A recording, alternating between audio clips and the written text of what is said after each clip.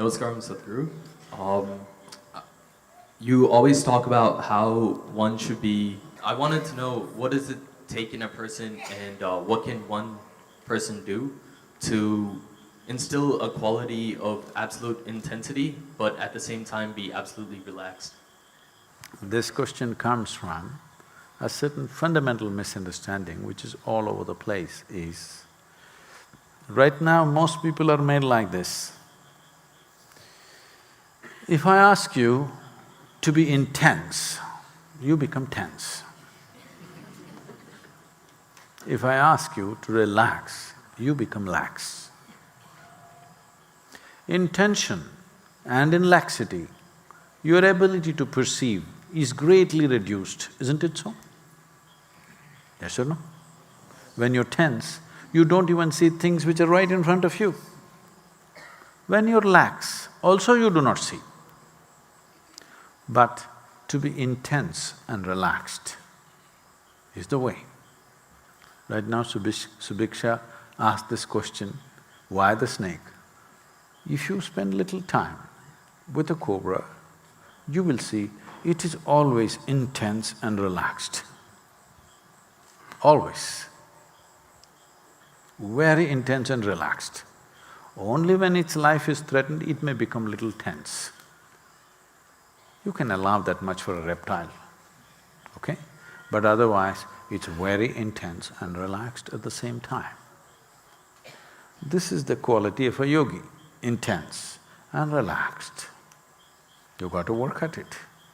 When I say you got to work at it, everything that's being taught to you, whatever the practice, however simple it looks, if you give yourself, that's what it is doing to you on one level. The voltage of your energy is slowly being raised. At the same time, it is becoming more and more relaxed within you.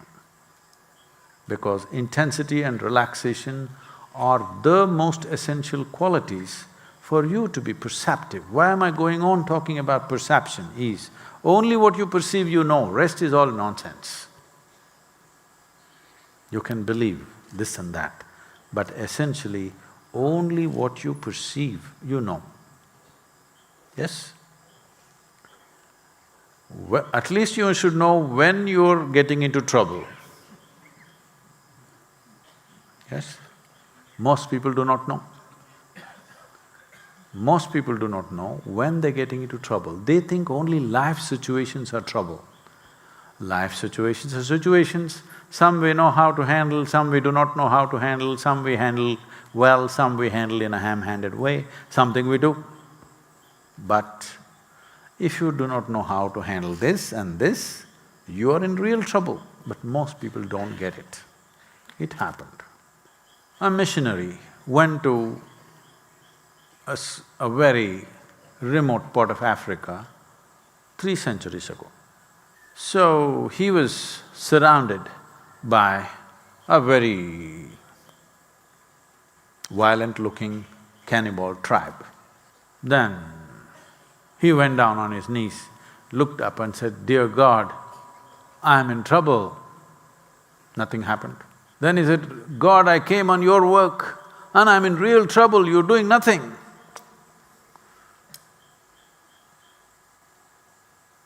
Then God said, "No, you're not in trouble. Do one thing, you just pick up that stone which is in front of you and smash the head of the cannibal chief." He picked up the stone, inspired by God's words, and smashed the head of the cannibal chief. Then God said, "Okay, now you're in trouble."